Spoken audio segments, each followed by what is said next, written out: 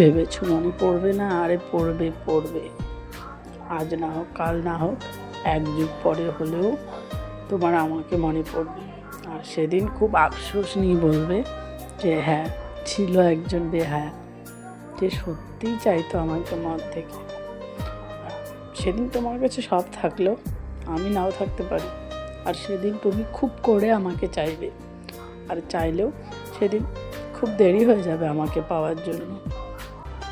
তাই যখন যেটা থাকে সেটাকে মূল্য দিতে শেখো, সেটাকে নিয়ে ভালো থাকার চেষ্টা করো, সেটাকে কীভাবে আগলে রাখতে হয়, কীভাবে তাকে নিয়ে বাঁচতে হয় সেটা শেখো।